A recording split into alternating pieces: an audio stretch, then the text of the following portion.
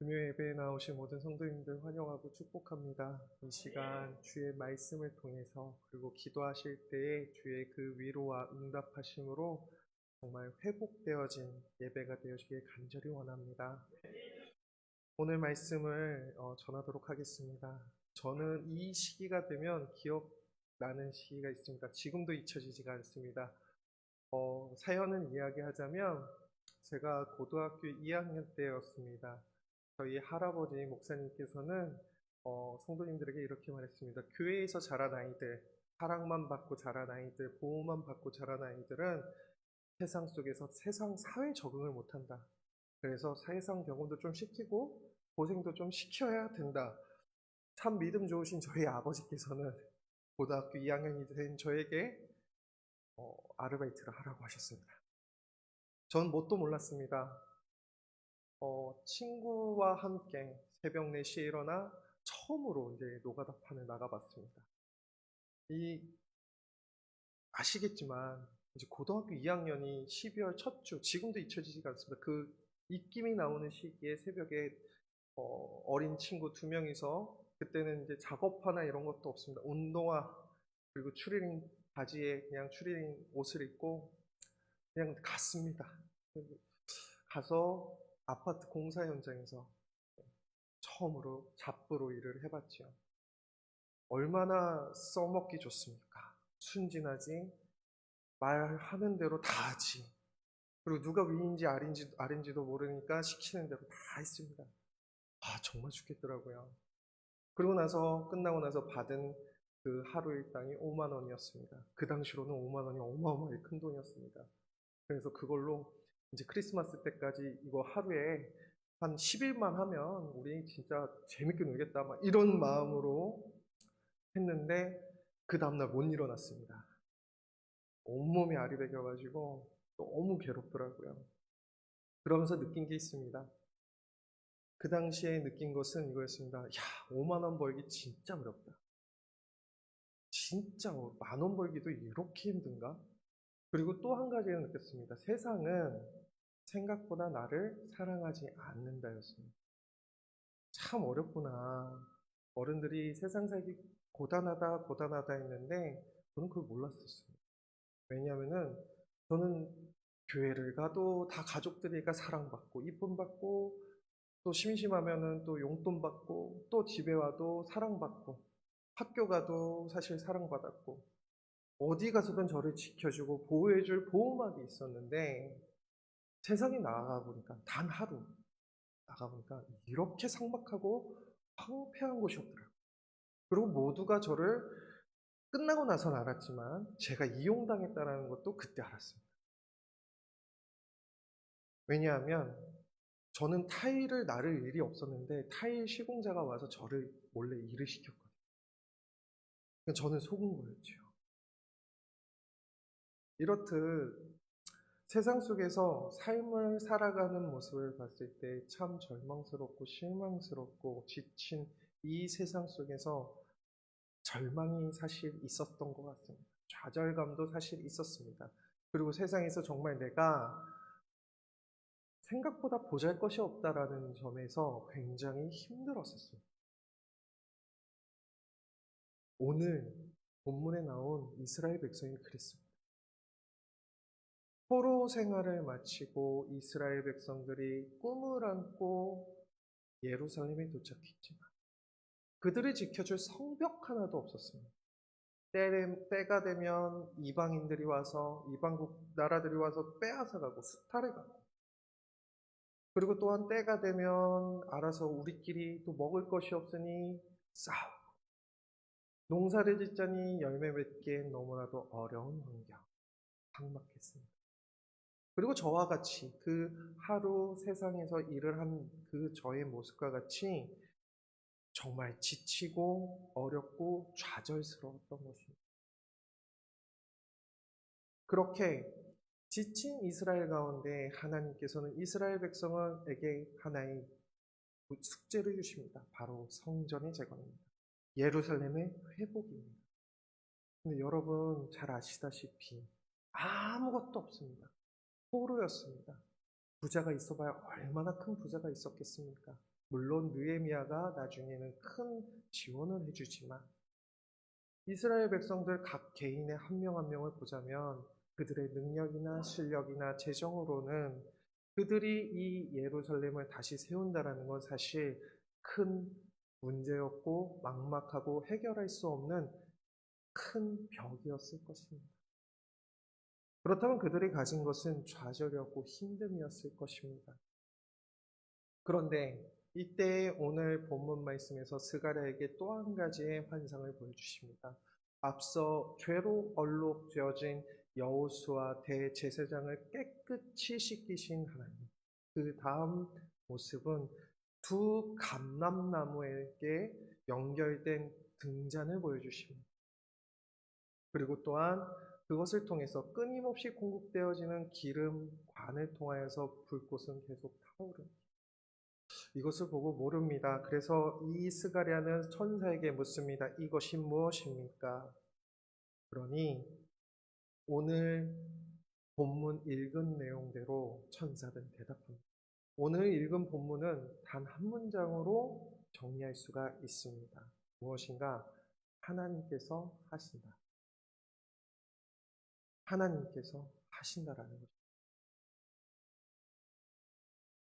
이스라엘 백성의 그 좌절스러운 현실, 문제, 허무함, 아픔, 고통, 외로움, 고독, 부정적인 것들이 가득한 현실 속에서 자신의 무지와 무능과 무능력함에 좌절하고 낭망해서 자신의 힘으로 어찌할 바 모르는 이스라엘에게 하나님은 소망을 주십니다. 내가 일한다. 우리는 이 말씀, 이 환상을 통해서 한 가지 기억해요. 무엇인가? 우리의 삶은 어떠하십니까? 너무 걱정과 염려로 많은 삶이 힘들진 않으십니까? 내 능력으로 해보려고 하지만 되어지지 않는 수많은 삶의 문제들. 내 자녀, 가족, 남편, 아내, 그리고 물질과 재정, 그 무엇 하나 쉬운 일이 하나도 없습니다. 그런데 우리는 그 문제들을 앞에 두고 어떠한 방법으로 해결하십니까? 우리는 이스라엘 백성과 같이 동일한 것이 한 가지 있습니다. 바로 믿음입니다. 우리는 믿음을 가졌습니다. 우리가 가진 믿음이라는 것은 무엇입니까? 우리의 삶의 주인이 이제 하나님이심을 고백하는 것입니다. 우리를 먼저 사랑하사 이 땅 가운데 당신의 사랑의 결정체이신 독생자 예수 그리스도를 이 땅에 보내셔서 죽기까지 하심으로 우리의 죄를 제거하시고 우리에게 가장 필요하고 중요한 생명을 주시기까지 하시는 사랑의 하나님이십니다. 우리에게 있는 가장 큰 문제인 이 생명의 문제를 해결해 주신 하나님, 그 하나님을 믿는 믿음을 가진 자인데도 불구하고 우리는 무엇을 쫓아 살아가고 있습니까? 어떠한 방법으로 살아가고 있습니까? 무엇에 의지하여 살아가고 있습니까? 우리의 삶을 되돌아보면 우리 스스로가 제일 잘 알고 있습니다. 세상 방법, 내가 좋아 보이고 나에게 이득이 될 만하고 내가 보기에 합당한 논리에 의해서 움직입니다. 그런데 이 모습이 사실 성경의 창세기에 나옵니다. 바로 하와가 선악과를 바라보며 모함직도 하고 먹음직도 하고 이것을 먹으면 하나님같이 됩니다. 이것이 우상입니다. 내가 원하는 합당한 내가 대가를 치러 우상에게 갖다 바치면 나에게 내가 원하는 것을 주고 또한 세상 논리와 같은 이 논리와 같이 나에게 이득되어지고 나에게 바로 즉각적으로 줄 것 같은 우상들을 섬기는 이스라엘 백성의 모습이라는 것이지요. 이 일의 결과는 무엇입니까? 바로 하나님의 심판이 있었습니다. 그로 인하여서 흩어져 버렸고 포로로 끌려가 버렸던 것입니다. 그런데 이제 이스라엘이 돌아왔습니다. 그들에게 하나님이 처음으로 다시 한번 가르쳐 주시는 교훈은 무엇인가? 내가 너희와 함께 할 때, 내가 너희와 함께 있을 때 그냥 있는 것이 아니라 내가 일하겠다입니다. 그렇다면 우리는 어떻게 해야 됩니까? 무엇을 교훈 삼을 수 있습니까? 바로 우리가 믿음을 가진 자로서 하나님과 함께, 하나님을 의지하는 자의 삶을 살아갈 때에 하나님은 우리의 삶 속에서 일하시기 시작하신다는 것입니다. 그런데 우리는 왜 우리의 삶에 하나님을 의지하지 않을까요? 우리는 우리의 삶에서 수많은 문제들과 걱정거리와 염려들 속에서 하나님을 믿는다, 하나님을 경험하고 싶습니다 라고 이야기하는데 우리는 왜 하나님을 의지하지 않고 하나님을 의뢰하지 않는 삶, 그러한 삶을 살아갈까요? 그것은 바로 우리가 생각하기에 좋아 보이는 대로 살아가고 있는 것은 아닐런지. 그러므로 우리에게는 이제는 무엇이 필요한가? 다림줄이 필요합니다. 다림줄은 무엇인가? 성벽을 건설할, 벽을 세울 때 이 수평을 제대로 세울 수 있도록 그 줄을 대는 줄자인 것입니다. 트리입니다. 그것은 무엇을 의미합니까? 하나님께서 일하시고 이제 측량을 하고 계시다라는 것이지요. 하나님께서는 우리의 삶의 측량줄을 되시며 하나님이 우리의 삶에 역사하시며 하나님의 놀라운 그 능력과 살아계심을 증거하고 개입하시기 위해서 우리에게 측량줄을 되시고 우리를 함께 하시고자 하지만 우리는 하나님의 그 측량줄을 외면한 채 자꾸만 측량줄을 벗어나는 나의 삶을 살아가고 있지는 않을런지요. 우리의 측량줄, 다림줄은 무엇입니까? 가장 첫 번째로 떠오르는 것이 바로 말씀입니다. 왜 우리는 말씀을 떠나 살까요? 말씀을 가까이 하지 않고 말씀을 읽지 않으며 말씀을 듣지도 않으며 말씀을 힘들어 할까요? 그것은 자유롭지 않기 때문입니다. 내가 생각하기엔 이 말씀이 너무 버겁습니다. 이거는 세상과 맞지 않습니다. 이제 세상이 바뀌었는데, 이렇게 발전했는데, 하나님의 말씀도 내 마음에 맞는 것으로 골라야 하지 않을까요?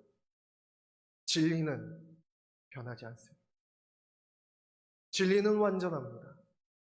진리는 완전하며 우리에게 생명의 말씀입니다. 그 말씀을 마치 인간의 지식과 인간의 능력과 인간의 이성과 판단과 세상의 방법으로 그것을 판단한다면 그것은 이미 내가 성경 말씀 위에 하나님의 그 권위 위에 올라선 모습은 아니런지. 내 감정이 성경 말씀보다 앞서는 것은 아니죠. 그러므로 우리가 해야 되는 것은 무엇인가? 하나님의 다림줄 안으로 들어가야 한다는 것입니다. 그것은 무엇인가? 말씀을 가까이 해야 됩니다. 말씀을 읽고 듣고 그리고 또한 배우기를 힘쓰며 그 말씀에 기쁨으로 순종할 때에 하나님의 그 측량줄, 하나님의 그 계획하심이, 하나님의 그 능력이 우리의 삶 안에서 이제 일어나기 시작한다는 것입니다. 그러므로 우리는 기억해야 합니다. 믿음을 가진 자가 무엇을 해야 되는가?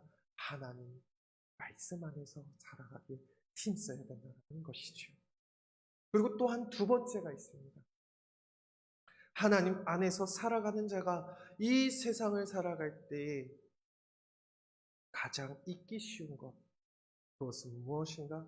기도입니다. 기도.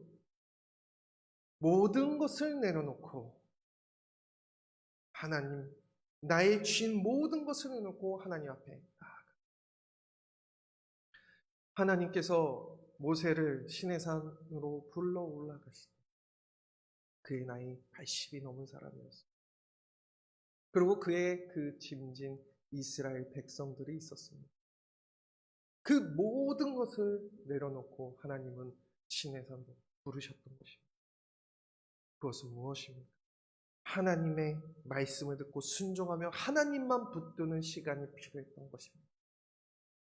그리고 그를 하나님께서 어떤 선지자보다도, 그 어떤 성경의 인물보다도 하나님을 크게 경험하는 자가 되었던 것입니다. 그렇다면 우리는 어떻게 해야 돼? 우리의 삶의 모든 것을 내 이성과 판단과 경험과 능력과 실력과 내 모든 가진 재정과 내가 살아간 모든 것을, 내가 의지하는 모든 것을 내놓고 우리는 무슨 시간이 필요한가? 하나님을 의지하고 하나님께 의뢰하는 시간이 필요하다는 것입니다. 그러므로 우리의 삶 안에서 말씀과 기도라는 하나님을 의지하고 하나님을 의지하며 믿음으로 살아가는 자의 모습, 그 모습을 살아갈 때에 우리에게 무엇이 생기는가? 바로 소망이 생깁니다. 이스라엘 백성에게는 소망이 없었습니다. 자기 자신들을 돌아보았을 때, 자신들의 이스라엘 백성들을 돌아보았을 때 정말로 재정과 건강과 그 모든 상황은 절망에 가까웠습니다. 그런데 하나님이 일하신다라는 이 말씀을 듣고 그들에게 무엇이 생겼는가? 바로 소망이 생겼기 때문입니다. 왜 하나님이 소망인가? 자기 자신을 먼저 돌아보십시오. 믿을만 하십니까? 옆을 돌아보십시오. 믿을만 하십니까? 사람은 어제 약속한 것도 바로 그 다음날에 고개 돌리고 모른 채 하고 약속을 어길 수 있는 존재입니다. 나 자신도 약속을 결단을 하여도 작심 3일, 3일도 깁니다. 1시간도 못 갈 때가 한두 번이 아니지요. 인간은 그만큼 변질되고 변화되고 죄가 가득하고 믿을 수 없고 신뢰할 수 없는 존재입니다. 물질도 내가 쥔 것도 금방 사라지는 것이 물질이며 또한 시간도 그저 내가 쥘 것 같아도 시간도 내가 잡을 수 없는 무능력한 자들이며 때가 되면 배고픔도 내가 참을 수 없는 그런 무기력하고 무능한 인간을 믿는다면 그 얼마나 불안한 인생일까요?